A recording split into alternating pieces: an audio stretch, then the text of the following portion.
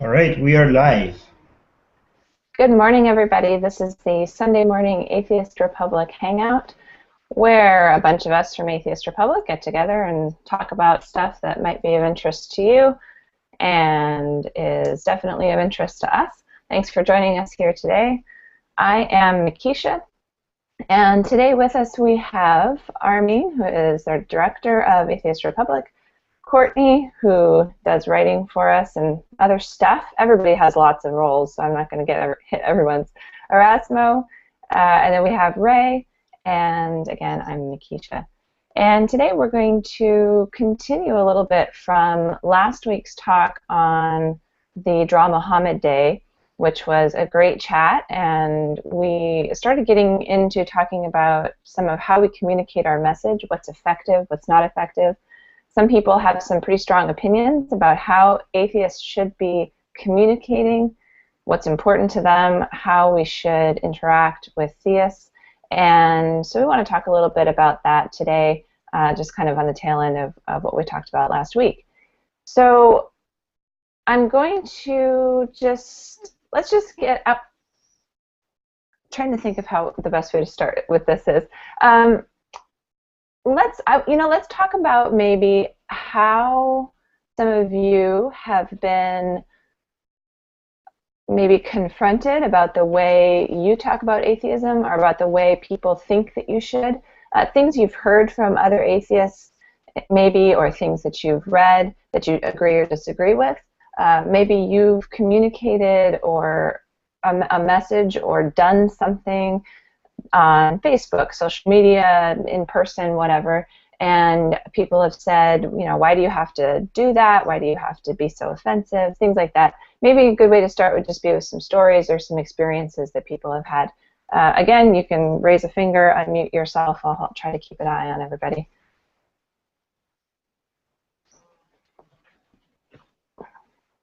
Well, I go first because if nobody else is talking, I actually come from most of my life I lived in Iran, and I just in Iran there is a lot of laws against freedom of speech, and you can't just say whatever is on your mind, and you really need to be careful. I mean, most people or know exactly where the red lines are and know exactly what they're allowed to say and what they're not allowed to say. And when you leave Iran and come to a country like United States or Canada, it sometimes feels very strange that you could just say whatever. And I feel like for most people in United States and Canada, they don't realize how unique that is and how uncommon that is, both in relative to history. This is a very new thing, and and even today, compared to a lot of other countries in the world, this is not something uh, not something that you think. Most people when they are born in free countries, they think, well, of course people could say whatever they want, but it's not of course at all. This is very, very new, and a lot of people have sacrificed so much for some countries to be able to get to a place where you could just say whatever you want. And a lot of people don't realize the importance of being able to say whatever you want. They think like, oh, it's just a convenience issue to just be able to, yeah, you should be free to say whatever you say because because they think it's just a matter of annoyance to not be able to say whatever you want to say. But not not having freedom of expression it's not just about you being able to complain about stuff. The politics of a country, your other rights depends on this freedom of expression. Everything else, when it comes to gay rights, women's rights, minority rights, democracy, all of this depends on the freedom of expression. None of them could exist without the freedom of expression. So, and when Makisha's question is more about how we regulate ourselves, but rather than how a country puts laws against puts regulations try to control what we are saying. But I think the two are related, because the first step to introduce blasphemy laws or any laws against any limitation of freedom of expression is to get popular support for it. And you get popular support for it by convincing people that there are some things that you just don't say. And I feel like sometimes we say things just to be able to, even just to be able to push back against that, just to be able to make a point that no, that's not the case, just to be able to push back against the popular support. We want to show people that this is something so precious and has been fought for so long that we're not just going to sit back and let others take it away just by them being uncomfortable about um, hearing some things. And even if we will, for us to be consistent about this, we need to fight for speech that is we ourselves find disgusting. I mean, it's easy to fight for speech that we support and other people don't support. But for us to be able to effectively show how much we value absolute freedom of expression, we have to also fight for expression of thoughts that are basically horrendous. Um, and to that end, that's the only way for us to make the case that it doesn't matter what people are saying. This is the point is that saying things is different um, than doing things. Like you can't really physically harm people by saying things. And in fact, if people are having dangerous thoughts, the only way to address that is to be able to know that they exist. And the only way to know that they exist is for us to let them speak about it. And in fact, if you try to limit it, you drive it underground and you actually make it grow faster. Anyways, so those are my opening thoughts on this, but I have more to say if other people. Welcome, Ali, to the Hangout today. Let's go next to Erasmo, who has some thoughts on this. Yes, good morning, everybody. Sorry if my voice sounds raspy, but I just woke up. Well, to add the info that Armin has been talking about of the freedom of speech. Well, in most countries like Mexico have this supposed freedom of speech, but it all boils down to what the conservative status of the country is, or rather, the political status of the country. That is, people in Mexico have a conservative standard of being Catholic, and if you go against that standard, you might not be repressed legally or politically, but you will be repressed socially and emotionally, emotionally, and other stuff. Sorry. And the thing is that there might not be a law per se for talking about religion, because it is already established in the political constitution. That is the set of laws in Mexico, but people will still reprehend you because you're just going against the status quo of the country. And I think that goes for most of the countries in the world, don't you think? As far as that, even if there's not a law, that there's social retribution for certain speech? Is that what you're asking? A certain law. No, there's not a law in Mexico that forbids you from talking about religion. But it's just that so many people are gathered to protect the standard religion, the conservative status of the country that you just don't. It's like, it's common sense. You just don't barge against 100 people on your own. Well, that's how I see it. Thanks, Erasmo. I was thinking of cutting in just for a second, and I want to maybe clarify a couple of points. One is that when we're talking about blasphemy laws, we're speaking of the whole spectrum of local restrictions all the way up to death sentences. There are places in Africa and several places in the Middle East that still have death sentences for convictions of blasphemy blasphemy.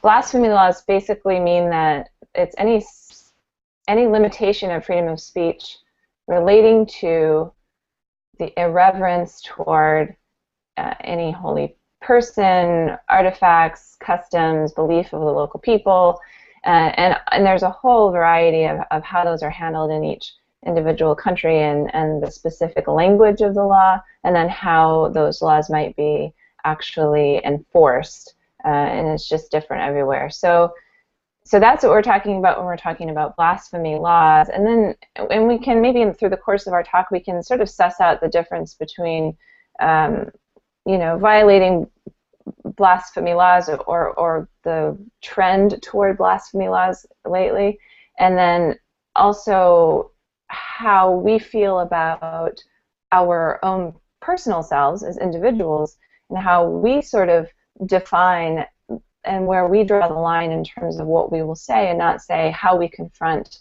certain beliefs that we disagree with in a way that might be difficult for people to swallow. And then also just the whole issue of offending, being offended. And because as Armin said, what we believe about those things as individuals goes on to affect how we believe about them in groups, which goes on to how we make our laws. So these blasphemy laws didn't just come from nowhere. They came from how people feel and believe about their personal expression of their freedom of speech. So I just wanted to kind of maybe express some of that and also define some terms. So Ray, why don't you go ahead and go next? All right, is it clear? Hello? Yep, you sound good to me. All right, thank you.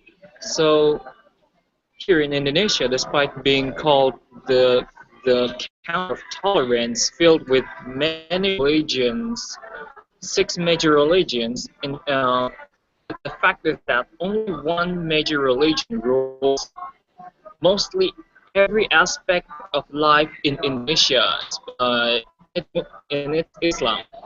Despite the national law states about tolerance, the people here believe that no.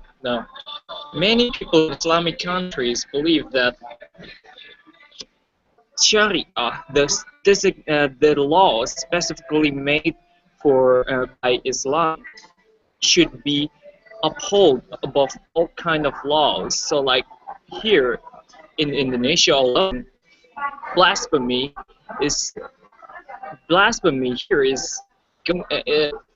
is for those who specifically speak up against Islam. Other than other religions, like Muslims, criticizes Christians or other religions, it will not consider blasphemy. However, here, whenever we talk about something that goes against Islam, like criticizing Islam, telling people about bad news reported by many bad news regarding Islam and Muslims, people would just go riot and will just be punished. Even the government here will not defend such punishments done by the citizens. After all, let's see. I have a lot of examples about blasphemy law against Islam specifically, because other religions couldn't stand a chance. Like Armin always said about the news reported from Indonesia that in 2012, a man posted a status in Facebook, said that there is no God, I'm atheist. And then all the people around him got mad at him. The truth is, even the police did not want to help that person, and he was sentenced at most 5 years in prison. And in the prison, he was forced to choose one of the six major religions in Indonesia. Otherwise, he will never be recognized as the citizens. So, like, the blasphemy law here, especially since Indonesia is, I don't know, many people think that Indonesia is Islamic country, but it is not. It's just the blasphemy law here goes against Islam and all stuff about it. So, like, this limits the freedom of speech in Indonesia, and I think that's all I can tell you right now. And back to you, Makisha. Thank you. Ray brought up a really good point, I think, also that these blasphemy laws are, it seems to me, and I haven't studied the history of them too much, and so people can chime in after I point this out, but I think it seems that blasphemy laws generally tend to start out with a desire to protect a specific religion in that particular region, and then they might extend those laws, those protections, to other religions to make it look good. But for example, in Ireland, it's obviously very specifically Christian and Catholic, and then in certain, like in what Ray was saying in Indonesia, it's protections against Islam, and Muslims can talk as much as they want against other religions, but people can't speak about Islam. So that also seems to be a huge problem with these laws around the world. Next up, we have Courtney. Yeah, and I was going to add something different, but after listening to Erasmo, I kind of wanted to continue on that, because in America, we don't have any specific laws, that hinder free speech. You can say anything you want without the government coming down on you for it. However, socially, it's a whole different issue, because just because your government doesn't come down on you for it doesn't mean that the community that you live in won't come down on you for it and make your life even more miserable than it would be if the government would come down on you. And what I'm seeing around the country in these little towns that are run by Christians in politics is they're starting their own kind of blasphemy laws in their little towns, like with their sheriffs and their police department. Like if an atheist wants, to be represented in the Capitol, if there's like 10 commandments there in the city capitol or whatever, the local police department, in a roundabout way, they kind of make their life a living hell. I've seen people who were pulled over after wanting the flying spaghetti monster to be posted next to the manger. The police would pull them over for speeding, and they weren't speeding. They wanted to make sure that their brake lights were working. So it's kind of like a harassment legally for the speech that they're doing, but in a different way. So they're kind of skirting around that. So it's kind of like blasphemy law light, I would say. But even socially, you have the community coming against you, your neighbors and your friends and, people you go to the store with. The mother in Oklahoma who stopped the Bibles from being handed out in her son's classroom. She can't even go to the grocery store anymore without people flipping her off, staring at her, trying to take her picture. I mean, it's just like, and that creates more of a problem than the government coming down on you for it, I think. Depending on the sentence, like obviously with like Bangladesh, how they're arresting people for being atheists, that's a little bit different. But I don't know, being social, it's kind of, I think it's worse because you have everybody coming around against you versus just one entity that you could possibly fight. Socially, you can't really fight that. And that's such a frustrating double standard too, because if there was a religious person who wanted to do some activity in my kid's school that was religious, and I disagreed with it, and I got a bunch of my atheist friends to gang up on this person and make their life a living hell, not only would I be a social pariah for doing that, I would also be in trouble for offending this person's religion. I mean, even in, I think Canada technically still has a certain, Army might be able to correct me on this, but I think we still have some blasphemy laws on the books here. Whether they're enforced or not, I don't know. But so that's a double standard that I think is just so crazy. That you know, you don't want your kid to be given a Bible in school and you're harassed, but yet if you speak out against a religion in the exact same way, then you're harassed. It's kind of a lose-lose. You can't really win in that situation, and that's why this all starts with freedom of speech. And then how we personally choose to live out our own freedom of speech. That's maybe a conversation that we can get into. Does anybody else want to speak to some of what's been said? Courtney, you said you had something else that you wanted to talk about, and then you changed. So do you want to go back and talk about that? It was kind of based off of your first question, like how you're treated, like if you've said anything on social media or something like that. Even within the atheist community, for lack of better words, if I speak out against religion because I'm anti-theist, they're like, well, why can't you just live and let live? Why can't you coexist? People are allowed to believe what they want. And for me, it's more of an educational factor that I'm speaking out against, that, when you teach these kids that, the earth was created in 6 days, that's really disingenuous to the scientific community. So, if you want to teach religion as a philosophy, I really have no problem with that. It's whenever they teach it as the Word of God and that it is what it is. So I get a lot of flack for that. And I guess, a lot of these Christians and people call me a new atheist because I do speak out against it, which I don't quite understand. But, they can say whatever they want. It's just they need to allow me to say whatever I want to. And I think it's, again, the double standard. I don't mind if they have their religion, but I'm allowed to speak out against it too. So.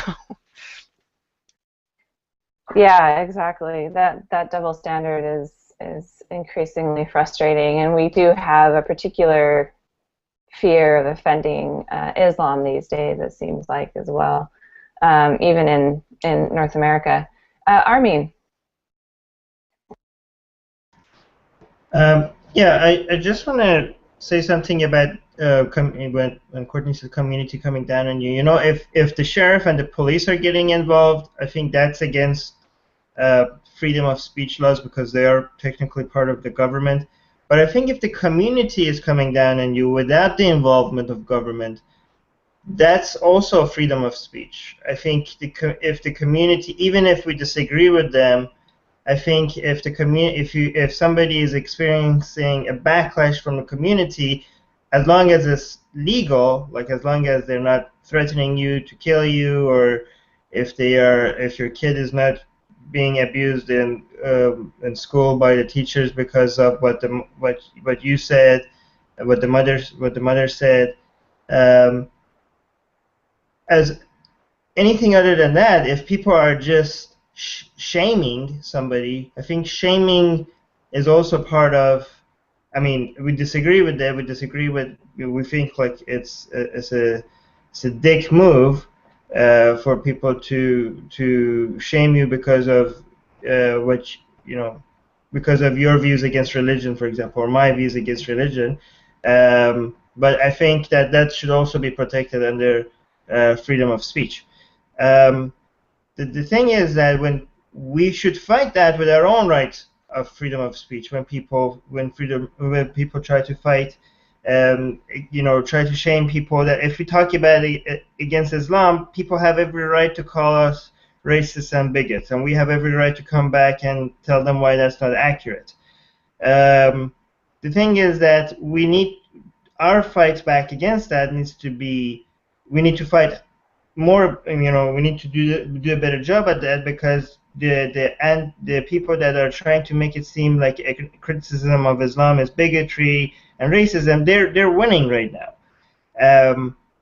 So they have every right to say that, and the thing is that a lot of people agree with their views, and we need to do a better job at making the point that that is not the case.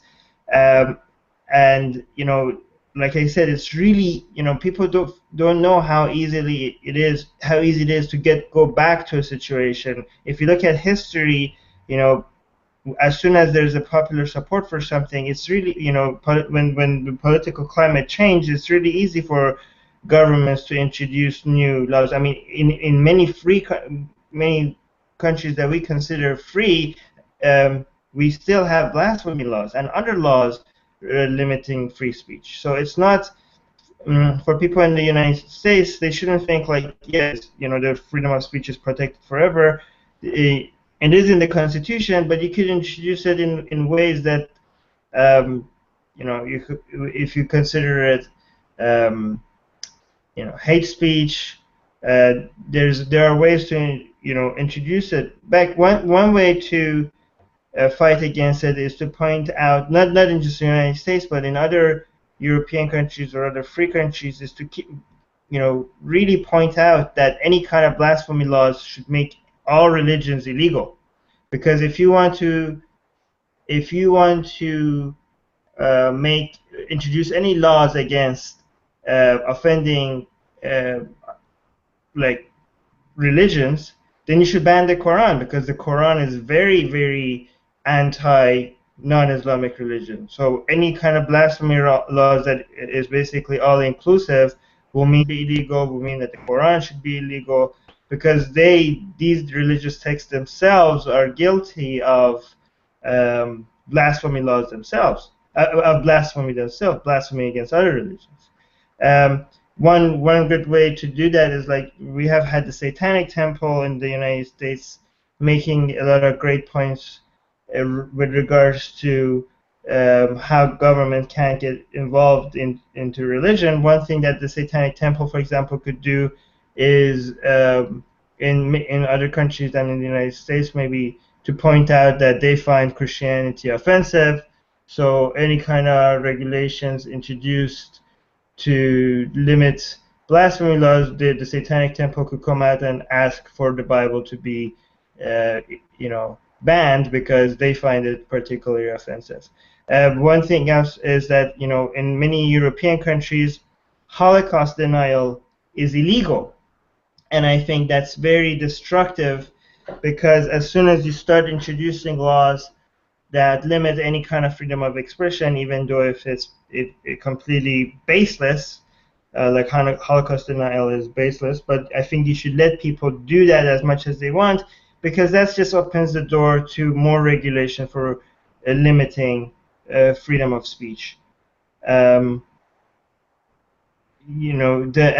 actually you see a lot of Muslims point out to that, and they say, like, why is it that your hate speech is illegal and our hate speech, when we say don't draw Muhammad or don't say anything against Islam, you say, like, oh, freedom of expression, but when we say Holocaust never happened or it's exaggerated, you're saying, like, oh, that's illegal. And I think they have a point. I think even though Holocaust is, I'm not a Holocaust denier, but I think if anybody has that opinion, you should let them say it. And the fact is that if you make these things illegal, it just grows faster. And these are problems that we're not going to know that exist if you try to drive it underground. Last point, sorry, I'm going a little bit long, is we need to, we here all know that religion is an idea. Religion is not, there is not, people have rights, ideas don't. We say this all the time, and I think many people in the atheist community have heard that a lot of times, that when we make laws, it's to protect people, it's not to protect ideas. So when you criticize religion, it cannot be considered hate speech. It would be as if it's hate speech, then if I say anything against the Democratic Party, or if I say anything against any kind of ideology or viewpoint, should be considered hate speech, because you can criticize ideas. If it's only hate speech if you criticize, if you are saying something against a group of people. But the thing is that even though criticizing religion is not hate speech, even if it was hate speech, it shouldn't be illegal, because a lot of people try to point out that Muslims especially, like, say they say criticism of Islam is hate speech, and hate speech is not allowed, so we should not allow criticism of Islam. But the thing is that, first of all, it's not hate speech. Second of all, even if it was hate speech, we should allow it. People are allowed to be racist. If you try to ban people saying racist things, then you're just hiding a problem that society is having without actually addressing it. The reason why a lot of people see criticizing of religion as hate speech is because their religious views is part of their identity. So for a lot of, I try to explain this to so many religious people why criticism of religion is not hate speech, and it seems to them it's such a foreign concept. For them, separating the person from the idea doesn't even make sense. For them it's the same thing. If you are a Muslim, attacking Islam is an attack on you as a person. That's what I have to say. And my understanding is that most hate speech laws, well, I can't say most. So hate speech laws in America and Canada, at least, are addressing the essentially propaganda against people. It's not actually laws against speaking out against a religion or beliefs. It's when that extends into harming a person or a group of people, killing a group of people, things like that, because of their religion, that's when it becomes hate speech. And I think sometimes in our daily conversations and the way people talk about it, that gets conflated, and it becomes you are speaking hate simply by speaking out against somebody who has some sort of sincerely held belief. But again, this never extends to people who believe really strongly about a particular philosophy or really like Star Wars, or but I think like you pointed out, I mean, for us, we look at it as religion is an opinion, a position, a belief, and just like any of these other sort of strongly held feelings or beliefs about things, other people just don't see it that way. And one of the things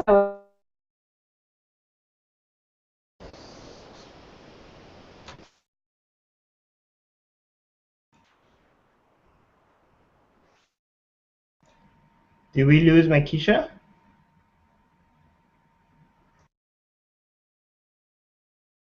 All right, we lost Makisha.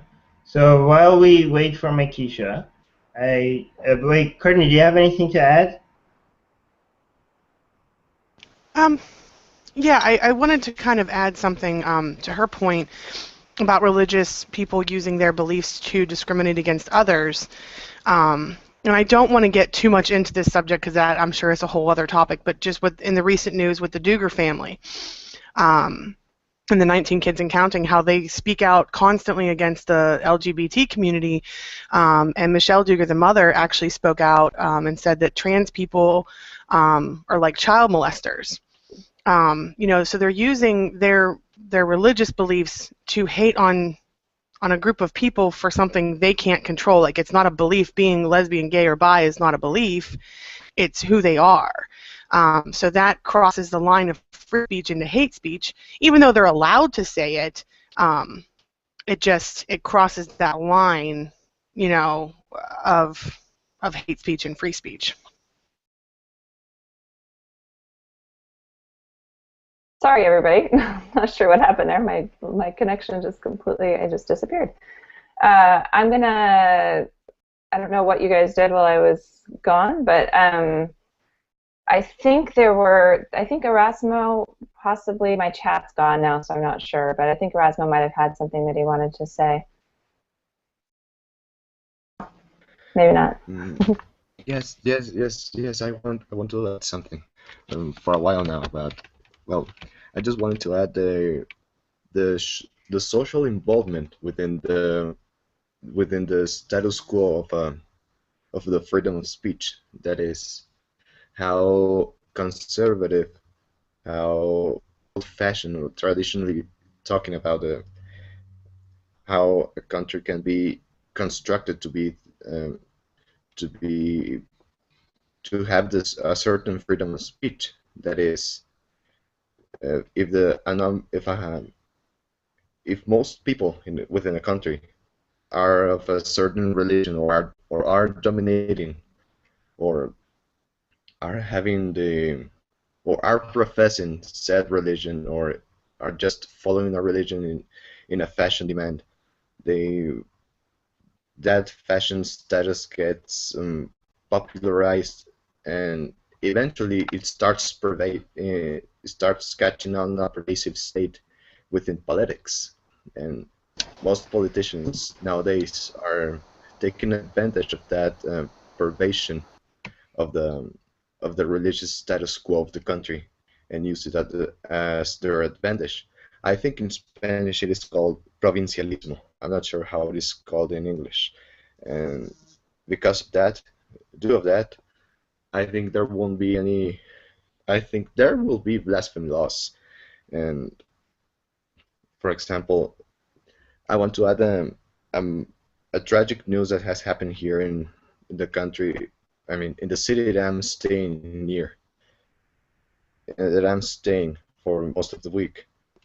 I'm not sure if you guys have catch it on or know this at all, but a bunch of kids kidnapped a 6-year-old child, and they were playing kidnapping. They smashed him, hit him, mutilated him, killed him. And there were a lot of gory details. But the most impressive thing of all is that somehow all of this is linked up to Satanism. The kids who assaulted and killed the poor child were supposed to be hanging out in an abandoned house in which several Satanist paintings were drawn at. So a lot of circumstances like that can be taken advantage to elaborate blasphemy laws to the advantage of a status quo of a country. That's what I wanted to add. A lot of times those sort of situations definitely are used to fuel the agenda to protect a certain religion. I wanted to maybe take a different angle on this for a bit, if you guys are willing, and that is sometimes blasphemy laws or hate speech protection laws, or not hate speech protection, hate speech laws are instituted with the intention of protecting a minority group of people, or protecting a people who might not, as Armin said, you know, somebody's speaking out against you, they're shaming you, whatever. Take your freedom of speech and turn it around and speak out against them. So what happens when people are ganging up on someone? The majority is maybe one way. Let's say you have a small town, small, like 2,000 people, and let's say 75% of them are one particular religion, and then another percentage are another religion, and then everybody else doesn't really care. What happens when the majority is ganging up on somebody and they don't have the power of numbers, they don't have the power of their free speech is automatically by default limited by the fact that they do not have the power of the rest of their tribe around them. Sometimes these hate speech laws are actually originally created with the intention of protecting those minority groups of people when they don't have the means of using their free speech to the equal degree that the other group has. So what do you guys think of that? Does that relate to this conversation? Does that, how do you think about that particular, in terms of free speech and how we write our laws and things like that? Yeah, Courtney. I think it definitely relates, and I think that it kind of creates, again, that fine line, because what if it was reversed in a town where atheists were ganging up on, Christians or, whatever. So you kind of I mean, it's like one of those things, which is why we're having such a tough time with limiting speech and considering certain speech hate speech, because if you do that, then, I mean, anybody can say, I'm offended by that. You're using hate speech against me because I feel that it was hateful. So again, it kind of crosses that line. You can use it against anybody at that point. So for me, I don't think that anybody should be limited in what they're allowed to say. I think whenever it trumps, like, goes into harassment, then it should be a different avenue, not necessarily speech, but like legally harassment. So, but I don't think that there should be any blasphemy laws based on one particular group in a particular area, because again, it can be flip-flopped so easily, and then it just becomes like a whirlwind. Anybody else have any thoughts on that? Armin? Yeah, I mean that. If you look at history, the excuse of trying to protect people or safety measures have always been a favorite among governments to start as an excuse initially to start limiting people's freedom, and that's many times when we went through the trend, when the trend was from going from having more freedom to less freedom, you always see that that's the excuse that it was used to protect some group of people or for public safety. The thing is that a lot of times laws and regulations are added in situations when laws already exist, enough laws already exist where to protect people. Maybe they're just not being executed, and people think that then you need more laws, where all you need is to just use the already existing laws properly. I mean, when we say ganging up on minority people, what do we mean by that? Are they harassing them? If they're harassing them, then we already have laws against that. We don't need limits of freedom of speech to protect them. We already have ways. We already, if are they being exposed to content that they don't want to be exposed to? Well, that's again another problem. People should be able to freely choose what content they are exposed to, and even if 99% of people around them are viewing a certain content, they should be able to be exposed to the specific content that they're interested in being exposed to. And these days that's very easy to do. And if somebody is being forced a certain content, if a certain content is being forced on people, that again we have laws to protect people against that. We don't need laws limiting freedom of speech against that. One great example of this in the United States was the Westbrook Baptist Church. That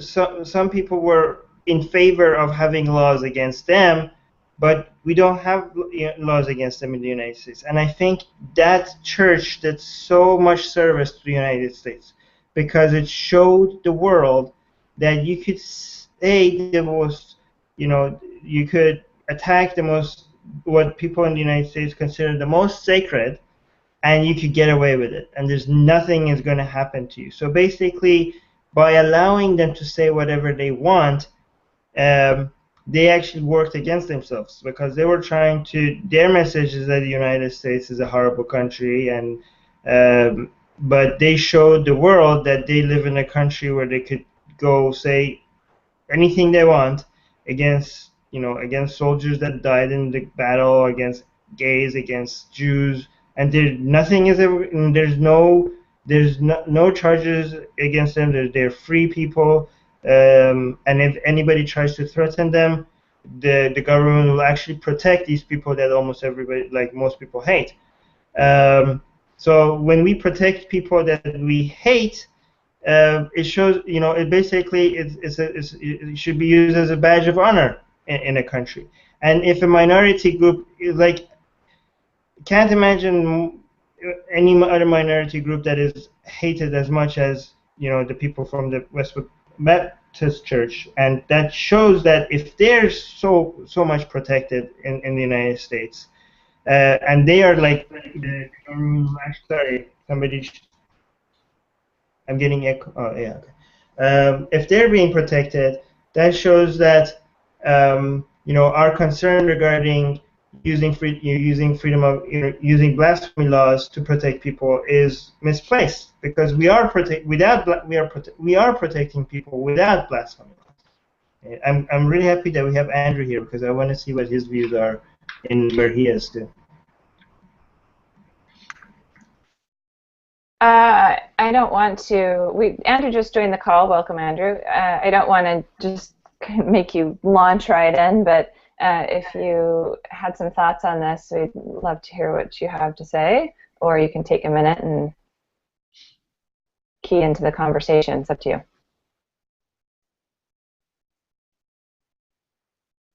I'm not sure if he can hear us or if we can not hear him. Oh, you're muted, Andrew. Hey guys. Yeah, there we go. I think I'll just need a minute or two just to catch up. I didn't follow the beginning of the conversation, so if you guys just let me catch up a bit, maybe I can pitch in a while. Yeah, no worries. Okay, so we've touched on Andrew, just to kind of and to recap for everybody, we've touched on blasphemy laws, and we've touched on hate speech laws, and I think we're all pretty agreed that blasphemy laws are a bad idea, and yet they're still here. So we can. Somebody mentioned, I think it was Zubin who mentioned that maybe we can talk about what can be done about this, what action can be taken, and we can talk about that as well. And then I'd also like to maybe move into a little bit more of the personal. Maybe Armin might have some good devil's advocate points on this, but why be, and this is what we talked about for Drop Muhammad Day, why be offensive? Why say things that are going to piss people off? Why say things that are mean? We talked about the whole idea of being mean last week as well, and how frustrating and kind of confusing that whole thing is. But why do something that's intentionally just poking at something that's important to somebody else? If somebody says, this is important to me, it really, I value it, why would we as atheists insist on doing something that seemingly just makes people upset? So I'd like to talk about some of that as well. We can maybe stay on the blasphemy stuff if you want, Zubin, if you wanted to make some points about blasphemy laws and what we can do. We can do that, and then I would like to move on to that point. What's the point of offending? What's the point of doing things that are just going to make people mad or hurt people's feelings or whatever? So does anybody want to? Okay, Andrew, go ahead.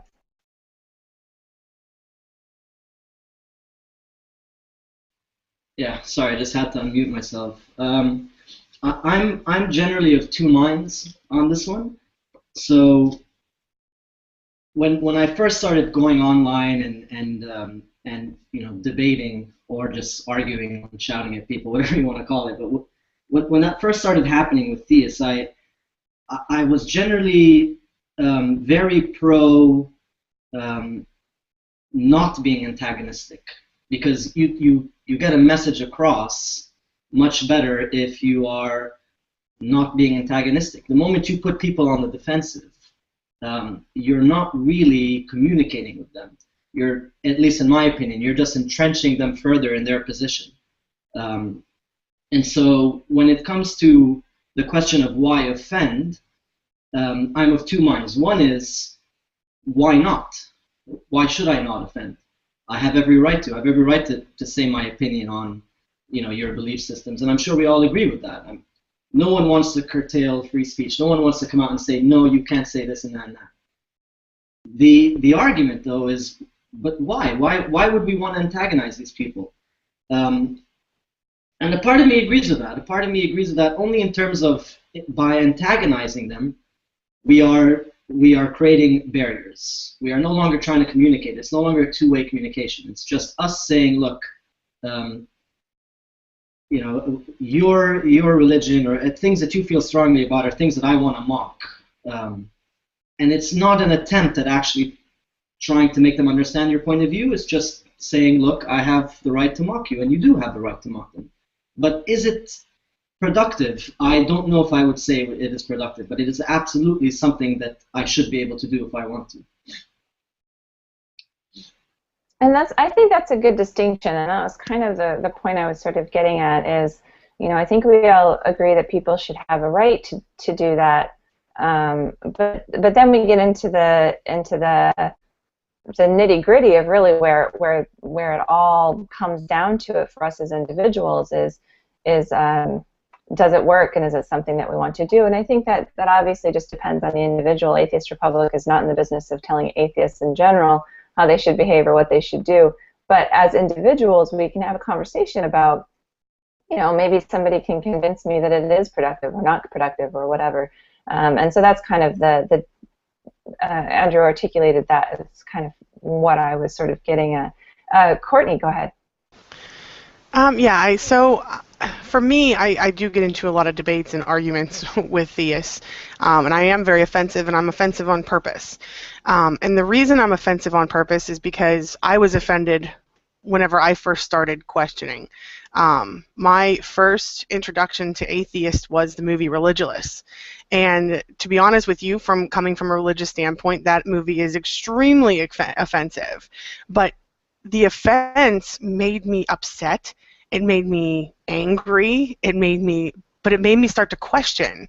So getting all of my primal emotions, kind of fired up, I was like, well, no, that's wrong. You're wrong. So whenever my internal thing is to prove people wrong, so I have to look for things, and I looked for them. I'm like, oh, wow, he's right. So that anger kind of boiled over, and it kind of made me really take a step back and go, oh, wow. Like, you kind of look at it in a different way. So I think being offended and being offensive is okay. It just depends on how the person perceives it and whatever. So, I mean, you can't really have like a one-size-fits-all offensiveness. For me now, as an anti-theist, I take it from an educational standpoint. If someone believes that the Bible is a bunch of stories except for, Jesus being the Son of God or whatever, that's a whole different avenue I'll take, and I'll probably have a little bit more kid gloves on than versus someone like Ken Ham, who thinks the Earth was created in 6 days and is only 6 or 10,000 years old. Then I'm full on offensive because I want to get them to think about it, and to do that, they have to you have to attack their primal emotions. Zubin, go ahead.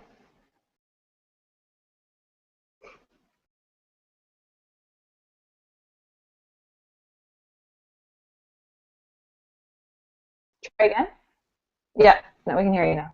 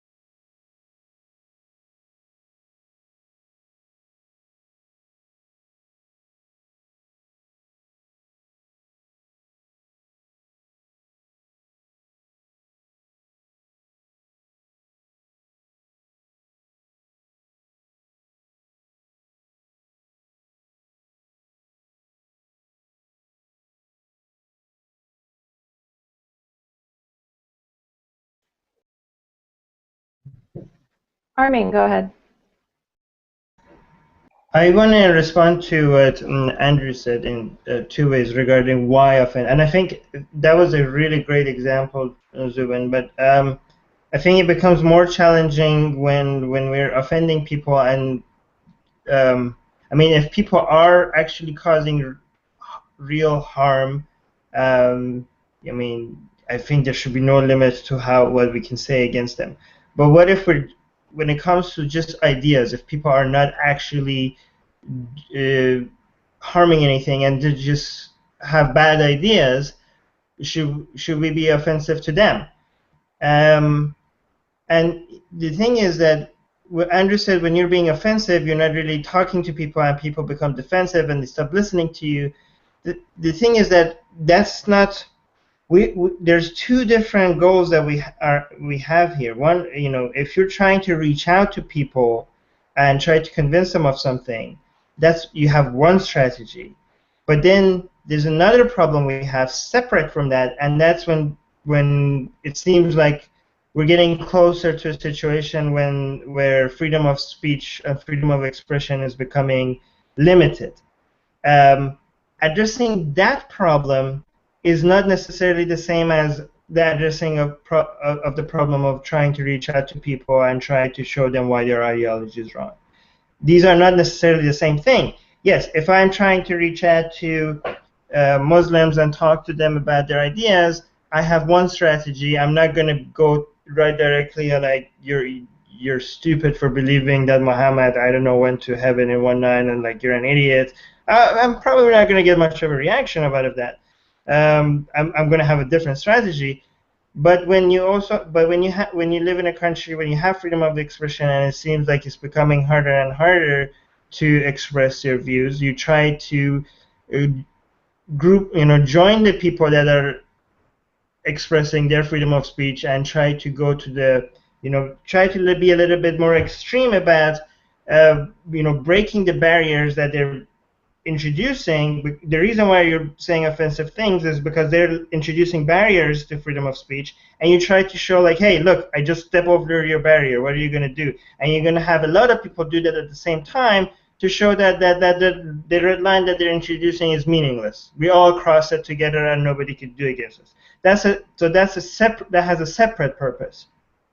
And another point is that if people were being offended, I mean, when we do have these offensive expressions, it's not just because people are being offended. If they were offended, if a lot of people were offended and they were like, okay, I find this offensive, I'm not going to look at it, there would be no point for us to have any of these, Draw Muhammad Day and stuff like that, because people are basically themselves are taking responsibility over the content that they're being exposed to. So if people are allowed to be offended, and they're allowed to limit what they see based on what they find offensive. So if people were just being offended, there would be no point to offend them. But if people were saying, like, I'm being offended, so I'm going to try to make you not produce that content, that's the situation where we have to come and say, like, no, I'm going to produce as much as content as I want. And because to make that point, I'm going to produce more of it now to show you that it's not me that has to censor myself. You have to censor what you don't like. I don't have to censor my expression based on what you don't like. We try to make it easier for you. I mean, we have, and we try to make it even more easier for you to be able to know exactly what content is where and how you can avoid it as much as you possibly can. But don't come to me and tell me to say what I can and what I can't say. So that's I just want to make sure that we separate both our goals when it comes to saying offensive thing, and also when we do it. Does anybody else have any last thoughts or opinions before we wrap up? Andrew. I lost track of time. How much time do I have? You have -1 minute. No, go ahead. Just whatever you have to say. Go ahead. No, I'll make it snappy. I think all the points you guys made are very valid, And yes, you know, I was thinking about it as you guys were speaking, and yes, sometimes being offensive is in fact quite productive, and I think it just boils down to, you know, personal preference. Um, but the starting point, which I think we all agree on, is that we all are entitled and should have absolutely the right to be offensive, and I don't think that's in question here. But I guess it's just a matter of the method. Personally, if someone wants to change my mind, they have to be methodical, calm, rational, and not piss me off in the process. And so I apply that when I have these, when I try and debate theists. I take the same approach. And so when I say it might not be productive, I'm thinking I'm talking to me on the other end, me as a Christian or me as a Muslim or me, etc. So, and that's not to say that being offensive would not be productive if it were not me on the other end, if that makes any sense. So all valid points, guys. I mean, at least those of you that responded to my question of whether it is productive, I would have to agree with everything you said. That's it. I'm done. Thanks, Andrew. I think that is really what it comes down to for sure. And I'm the same way. I don't approach it from an offensive perspective. And I mentioned before, I work a lot with people who are religious, and it's not my general approach to be offensive. I also think, you know, the context does matter, and what you're hoping to achieve does matter. The one trick with that is that if people know that you have maybe posted something on your social media network that is kind of making fun of them, and then you sit down and try to talk to them, even if you're being very kind and reasonable and not being offensive in that particular setting, or at least not trying to, they've already seen that side of you, so that door has kind of already been closed. So that can be a little bit of a complication if you're trying to maybe talk to a friend who you really like and you don't necessarily want to piss them off, but if they've seen that you've maybe made fun of their religion before, that can be a hurdle, and that's something that that I personally think about. And as Andrew said, I do tend to approach it from how would I want to be approached. We have had people in our Sunday chats before who have said, you know what, somebody pissing me off is what caused me to leave religion. So that's important as well. And so I totally get that, and I see that it absolutely can have a place. So those are my thoughts. We're going to wrap up. So unless anybody has anything pressing that they want to share in our last couple of minutes, I'm going to go ahead and close us out because we're at the hour. Anybody? All right, great. Thanks, everybody, for joining us here today. Thanks for all the great thoughts, and we hope to see you back next week.